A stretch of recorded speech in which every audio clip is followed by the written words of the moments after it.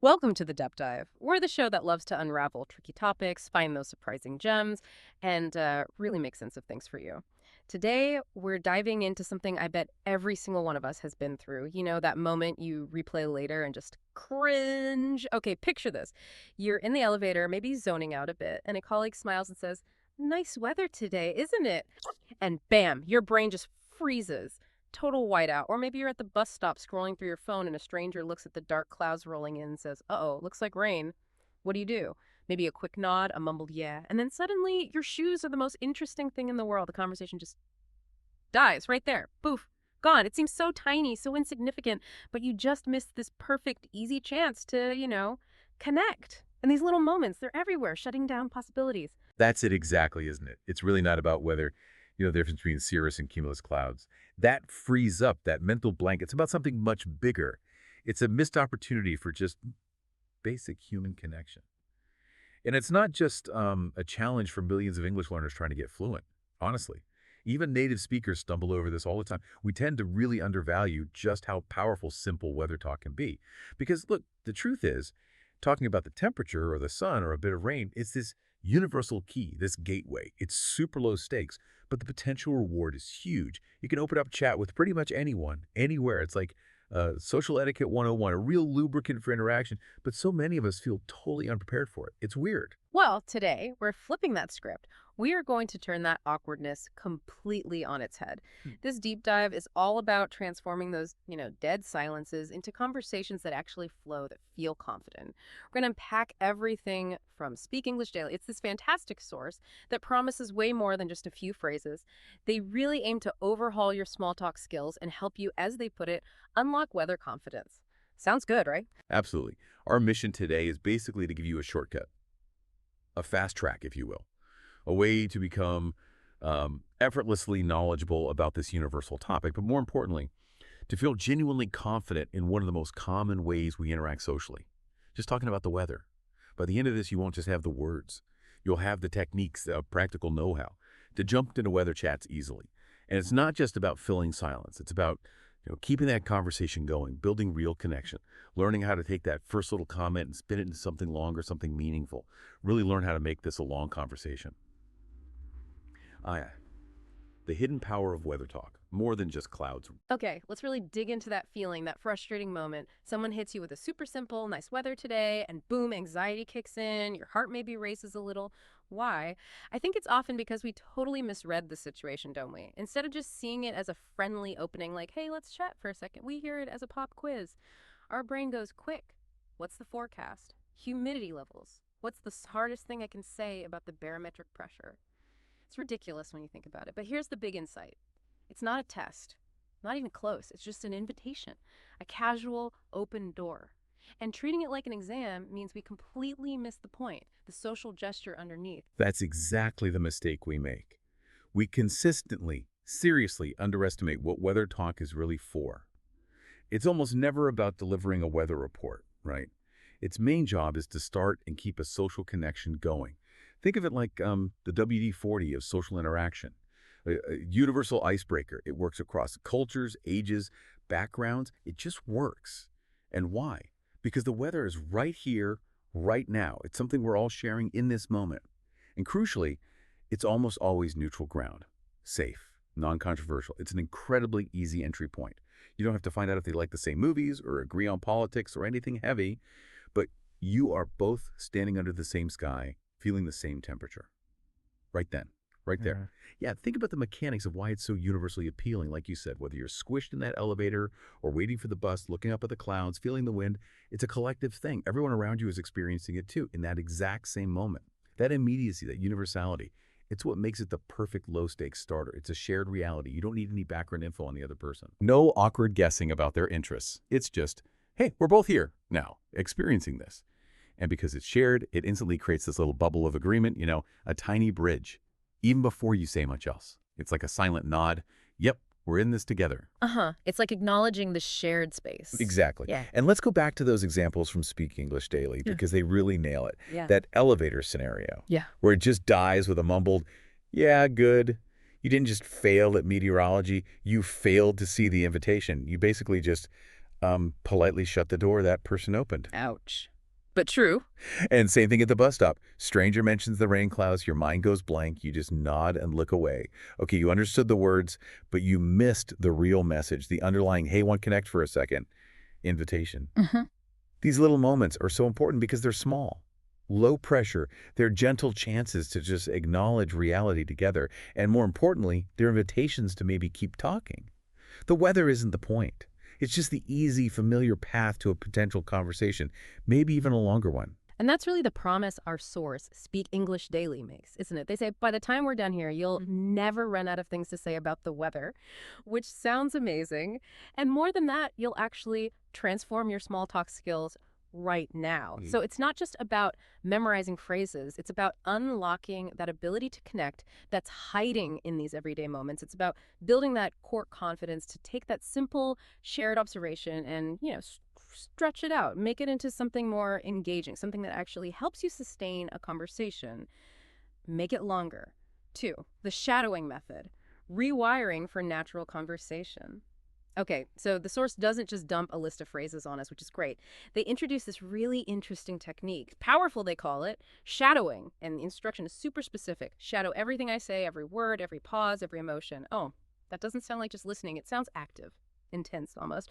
What exactly is shadowing? And why is it supposedly so good for learning language and, well, getting better at talking? Yeah, shadowing is way, way more than just repeating words like a parrot. It's really immersive. It uses multiple senses, gets your brain and body working together. It's all about active, precise mimicry, Mhm. not just memorizing the words. When you shadow properly, you're not just echoing, you're trying to nail the speaker's rhythm, their melody, the intonation, the stresses, even the feeling behind the words. It's this whole body approach that makes it so uniquely effective.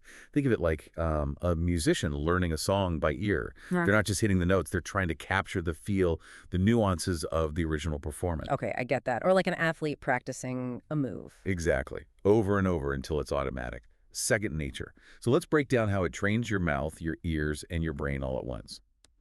Your mouth literally builds muscle memory. You practice the physical shapes needed for clear, natural pronunciation. You're not just thinking about how to say it, you're doing it physically, building those native-like muscle patterns. Right, so it becomes easier to actually make the sounds. Precisely. Then, your ears get super sharp. They start picking up all the subtle stuff, the rise and fall of the voice, the natural rhythm, the way sentences flow together in real conversation. You learn to hear it, anticipate it, internalize it. Your listening skills get way better, almost intuitive. And the brain, what's happening there?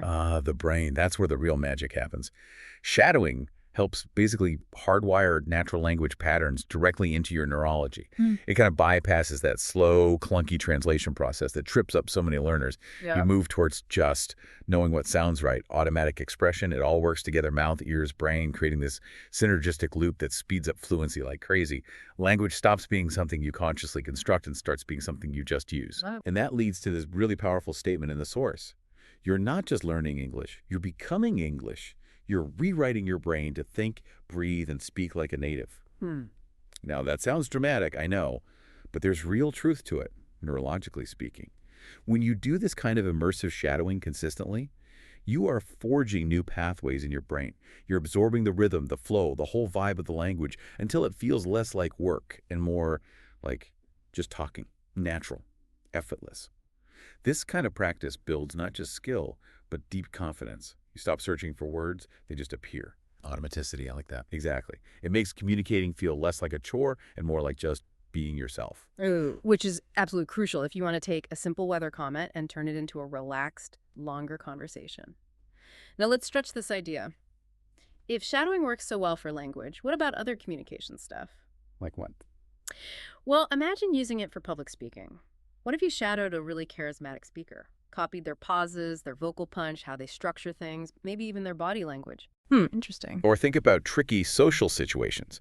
What if you practiced shadowing difficult conversations? Rehearsing not just what you'd say, but the tone, the timing, the active listening pauses. The core idea is internalizing complex patterns, language, behavior, emotion, through active mimicry. It's a seriously powerful tool for getting better at communicating in all sorts of ways. It reshapes how your brain works, letting you step into conversations feeling more prepared, more capable, ready to actually connect and, yes, keep that dialogue going. That's really fascinating, applying it beyond just language. And the great thing is, our source gives us the perfect stuff to practice with, those 80 essential phrases for every weather situation. And I really like that they stress the accessibility part. They literally say, no pressure, just save this video and come back anytime. They even put in chapters so you can jump around. That shows they really care about you, the learner, letting you go at your own speed, revisit stuff, build that confidence bit by bit, one perfectly shadowed phrase at a time. 3. Navigating the weather vocabulary landscape. 80 phrases for every situation. Okay, so we have this powerhouse technique, shadowing. Now let's unlock the treasure chest itself, this toolkit of 80 essential phrases. What's brilliant is how the source breaks them down into categories. It's like having a specific tool ready for any kind of weather chat that pops up. It's not just knowing words, it's knowing which word fits this moment, right? Knowing what to grab when someone mentions the sky. Absolutely. Having them categorized like this is clutch. It helps you think strategically about how to respond, not just react. So let's walk through these categories. We won't just list phrases. We'll look at how you use them and what kind of conversation they tend to spark. This is where we see how simple weather chat can really blossom into something more substantial. First up, sunny weather and nice days. The source says these are perfect for good weather days. Obvious? Maybe, but useful. Think of things like, beautiful day, isn't it? Or, I just love days like this. Maybe, perfect day for a walk. Or, wow, the sun is really shining today. Yeah, those feel good to say. Exactly. They create this instant positive vibe. They practically beg for agreement, right? So you get that immediate little connection based on shared pleasantness. And from there, it's super easy to pivot. You could ask, doing anything nice outside later? Or share your own feeling. The sunshine just perks me right up. It sets a really positive stage for talking about plans, mood, just enjoying the moment together. Okay, makes sense. What about the opposite? Right. Rainy weather and storms. These are for when it's wet outside. Useful ones here are, looks like rain, or maybe, did you hear that thunder earlier? Or if you actually got caught in it, ugh, I got soaked in the rain. Also, it's really pouring out there. Or the classic, what a downpour. Those definitely invite a different kind of response. Totally. They often lead to shared complaining, but in a nice way. Commiseration, oh man, I hope this stops soon, I need to go out. Yeah. Or maybe you swap stories. I left my umbrella at home again. It's that shared mild hassle that can actually bring people closer. You might talk practicalities too. Are you heading out in this? Or drive safe if you are? Finding common ground to the inconvenience. Okay, good ones. What about cold? Cold weather and winter. Phrases perfect for chilly days, like, better wear warm clothes today, or the visual, I can see my breath. Maybe the practical, my heating bill is going to be high this month. Or just a simple, brr, it's freezing out there, or wow, the temperature really dropped overnight. Again, instant shared feeling. Exactly. Empathy kicks in. Shared discomfort, maybe even a little joke about surviving the cold. It easily leads to chats about staying warm. Got any tricks for keeping warm? Or winter activities. Are you a fan of the cold or just counting down to spring? Or just that shared longing for warmer days, bonding over the shared experience. And the flip side? Heat. Yep, hot weather in summer. Phrases described as great for warm days. Think, phew, it's hot and sticky today, or I really need some shade, or just I'm too hot. Maybe the more dramatic, this heat is unbearable, or the appreciative, thank goodness for the air conditioning. Similar to cold, but maybe less complaining. Or different complaining. Yeah, different complaining, but still that shared physical feeling and the desire for relief.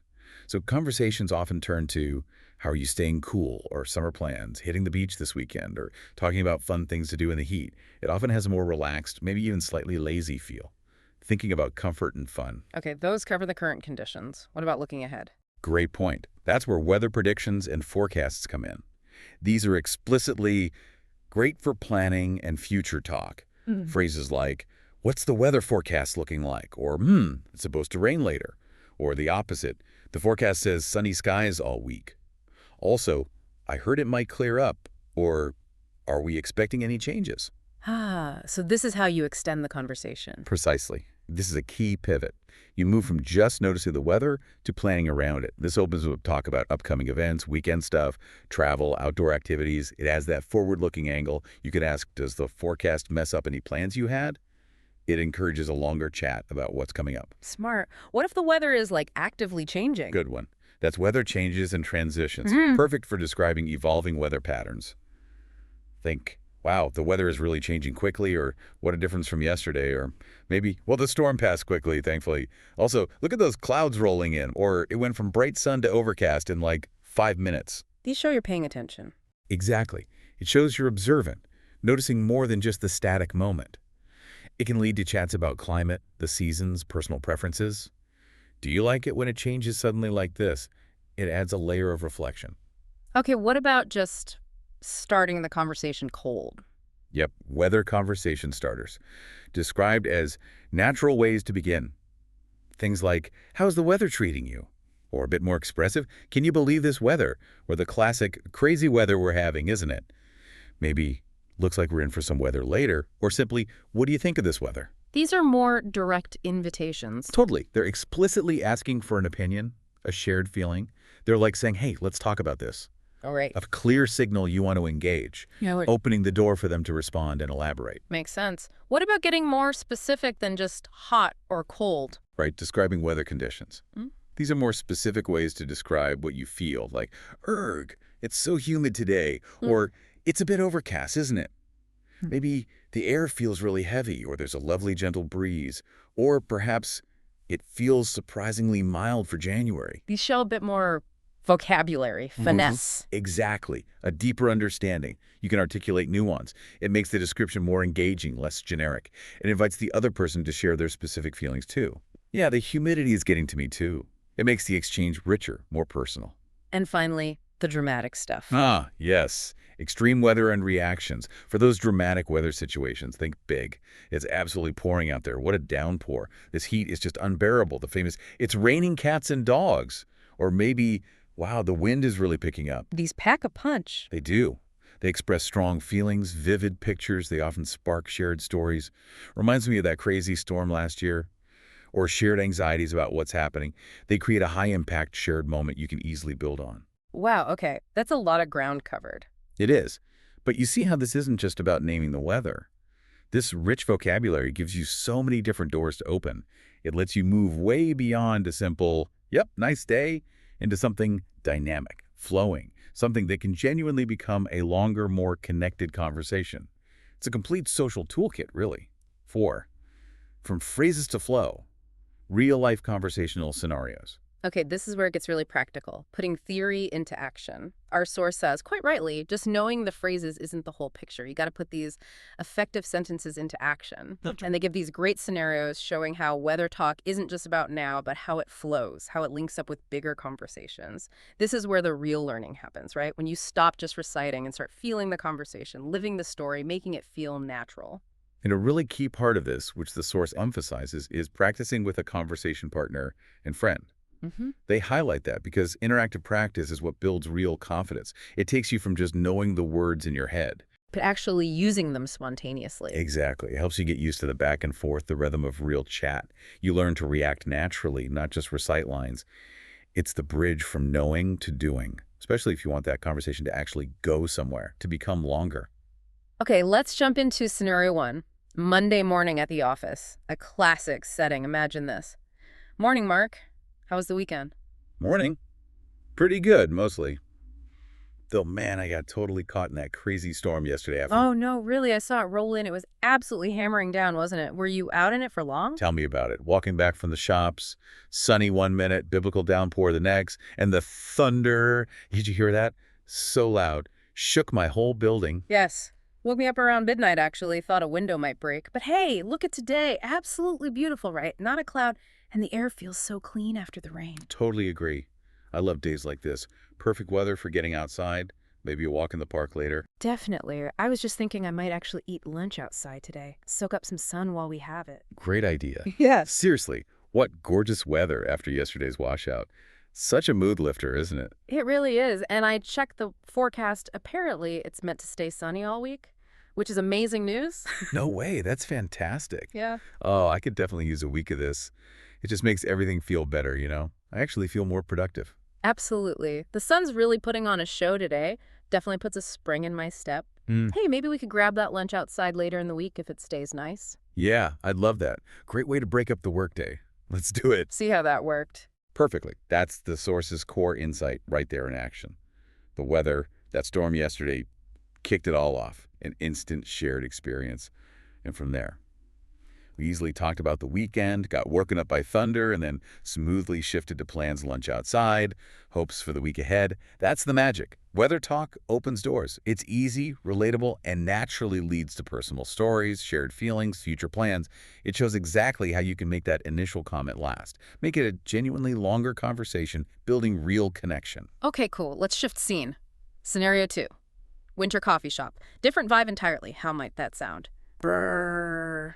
Man, it is freezing out there today. Seriously, wrap up warm if you're heading out later. You're telling me the temperature really dropped overnight, didn't it? My car was totally iced over this morning. Really? I saw a bit of fresh snow, which looks pretty, I guess, but makes me worry about the roads. Might be icy. Definitely. Had to walk like a penguin to get here. Still, it's so crisp and clear out now, isn't it? The air feels sharp, clean. It does look nice and bright, but honestly, I'm already dreaming of spring. So tired of wearing 50 layers. I feel you. But hey, trying to embrace the cozy factor for now. Good excuse for extra hot chocolate, right? Tell me about it. I've basically been living in my fluffiest jumper. Makes me just want to curl up with a book all day. Me too. Proper reading weather. You reading anything good at the moment? Great transition. See? Winter weather naturally steers the chat towards cozy things. Shared cold creates instant empathy. You talk about comfort, staying indoors, maybe shared worries like icy roads or looking forward to spring. It sets a certain emotional tone, shared experience, understanding. The first comment, freezing, quickly moves to personal observations, ice car, shared concerns, icy roads, future hopes, dreaming of spring, and even into other topics like reading. That natural flow is key to extending the chat, getting beyond just the weather itself. Okay, one more. Scenario 3. A sticky summer afternoon. Ugh, it is absolutely roasting today. So hot and humid. My AC is working overtime, lifesaver. Oh, tell me about it.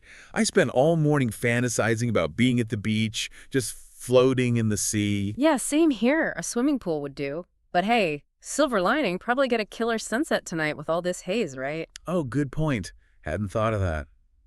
Perfect for sitting out on the balcony later then, if it cools down just a bit. Exactly. That's my plan too. Just really hope it stays nice, maybe a little less sticky for the weekend. Got a picnic planned. Ooh, a picnic sounds lovely. Fingers crossed for you. Honestly, though, I'm just hoping this heat wave breaks soon. It's hard to think straight. I know, right? Counting the minutes till it's cooler. What are you planning this weekend to beat the heat? And again, the weather dictates the mood. Summer heat often leads to chats about seeking relief, enjoying free time, planning fun activities. There's a different energy. Talk revolves around comfort, lifesaver AC, future fun, beach, sunset, weekend plans, picnic, and shared coping strategies. All three scenarios show weather talk isn't a dead end. It's this incredibly flexible, season-dependent tool. It blends seamlessly into deeper chats about life, plans, feelings. It gives you countless ways to make that conversation longer and more meaningful. These scenarios are brilliant because they show how it can flow. But let's be real, what happens if you try one of these phrases like, beautiful day, isn't it? And the other person just gives you a one-word answer, or seems totally uninterested. How do you handle that without feeling awkward or losing your nerve for next time? That's a fantastic, super practical question. Because, yeah, that definitely happens. Not every attempt is going to spark a 10-minute chat, and that is perfectly okay. Remember, the goal isn't to force interaction, it's to open a door. If they just grunt, yeah, and turn back to their phone, don't take it personally. Seriously, your job was just to make the friendly opening. You did that. One easy way to handle it is just a small, friendly smile and then let it go. Maybe they're stressed, maybe they're shy, maybe they just don't feel like talking. It's not about you. Okay, so just bail gracefully. Pretty much. Or, if the situation feels right, you could try a gentle pivot to something else entirely unrelated to weather. Like, if you're in line at the coffee shop, maybe a quick comment about how long the queue is or something simple like that. At the office, maybe, it's like a busy Monday morning, huh? The key is being observant and flexible. Don't push hard on the weather thing if it's clearly not landing. The beauty of small talk, especially weather talk, is it's so low risk. There's no real failure. You just got some information they're not chatty right now. So try another angle softly or just respect their space. Even making the attempt, regardless of the outcome, signals friendliness. And that builds your own confidence over time. It's about getting comfortable with initiating, not about controlling the outcome. V, your personal weather confidence formula and global connection challenge. Okay, what a tour through the seasons of conversation. We've got the phrases, the shadowing technique, seen it work in scenarios. Now it's time to bring it home, to take all this great stuff and actually put it into practice in your life. Like today, it's time for your personal weather challenge. Yes, this is the crucial step, where listening turns into doing, where knowledge becomes real confidence. And the source gives us a really clear roadmap for this. Not just go practice, but a specific step-by-step weather talk confidence formula. Let's walk through it. Step 1, observe. This is fundamental, grounding yourself in what's actually happening. The instruction is simple but powerful. Look outside your window right now. What do you see? Sunny, cloudy, hot, cold, windy, calm, raining, dry. Ah. This makes your opening authentic. It's not some random line you memorized. It's about your real, current experience. That makes it instantly relatable. Be present. Notice things. Okay, step 1, look outside. Got it. Step 2, choose your phrases. Based on what you see, pick 3 phrases from today's lesson that describe it. So if it's a gray and drizzly, you might pick, it's a bit overcast, looks like rain later, and maybe gloomy day, isn't it? Mhm. This focuses your practice. You're intentionally selecting tools relevant right now. It connects observation to specific language you can use, makes it actionable. 3 relevant phrases. Check. Step 3, practice out loud. This brings back that vital shadowing principle. Say your 3 phrases clearly. Repeat them 3 times each. Don't just think them, say them out loud. This is physical training for your mouth, your ears listening back, your brain reinforcing the patterns. It builds that muscle memory so the phrase comes out smoothly and naturally when you need it in a real chat. It makes it automatic. Practice out loud 3 times each. Okay. Step 4, find your moment today. This is the big one. Taking it live. Use one phrase with a real person. Doesn't have to be a big deal. A colleague, cashier, neighbor, friend, family member, anyone. This is where you bridge the gap from practice to reality. You take that small, courageous step to initiate, and every time you do it, even if it's just a quick exchange, it builds your confidence for the next time. You start creating that positive feedback loop, making it easier and easier to start and maybe continue those conversations. You learn to make it longer by actually doing it. Use one phrase with a real person today. I like how concrete that is. And this gets even better. This isn't just something for you to do alone. The source actually invites everyone listening to join a global weather connection challenge. Yeah, and this detailed sharing mission, as they call it, is about more than just keeping yourself accountable. It has real community value. They ask you to share specific things. Your name, where you're watching from, what the weather's like right now, where you are, how it makes you feel, which phrase you want to practice, and when and where you plan to use it. That's quite detailed. It is. But think about why. It's not just homework. It's about actively building our global community of confident English speakers who can connect through weather talk anywhere in the world. Sharing your plan publicly. Huge for making you actually do it. Accountability works. Plus, seeing others do it. That's inspiring. It gives you courage, too. And maybe the coolest part, you learn from everyone else. You see how weather affects people differently around the globe, which phrases they choose, how universal this whole thing really is. Like the source says, the more you share, the more connected we all become. It builds this amazing supportive network. A global village talking about the sky. I love that idea. A global village talking about the weather. And it just hammers home why weather is this ultimate connector. It's happening right now, everywhere. Everyone experiences it. Everyone has some feeling about it. Love it, hate it, find it interesting. It's your instant, always available conversation starter that never really gets old because it's always changing. It's always relevant. It's the air we breathe, always there, ready to help you start talking. And maybe, just maybe, keep that conversation going. Wow. What a journey today. From those awkward silences in the elevator to actually having the keys to unlock effortless small talk. You really do have the tools now, the understanding, the shadowing technique, the phrases, that clear action plan to turn any little weather moment into a real chance to connect, to genuinely master how to spark and sustain a conversation.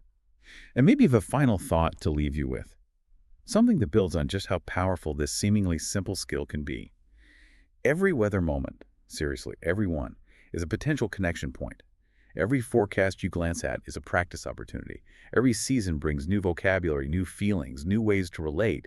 You haven't just learned some weather words today. You've started gaining something much bigger. You're unlocking the secret to easier small talk. You're building the confidence to walk into almost any situation and find that little bit of common ground instantly. You're developing that subtle but crucial ability to turn silence into comfortable, natural chat.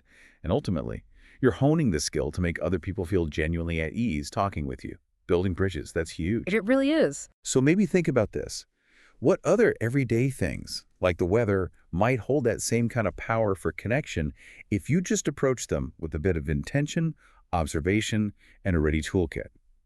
The principles we talked about today, noticing things, practicing intentionally, taking small steps, they apply way beyond just clouds and sunshine. That's a great point. So much potential. So we really encourage you, take on your personal weather challenge today, share your story if you feel comfortable, join that global community, keep practicing, keep speaking with confidence. Until next time, stay warm or stay cool, depending on where you are, and definitely stay connected.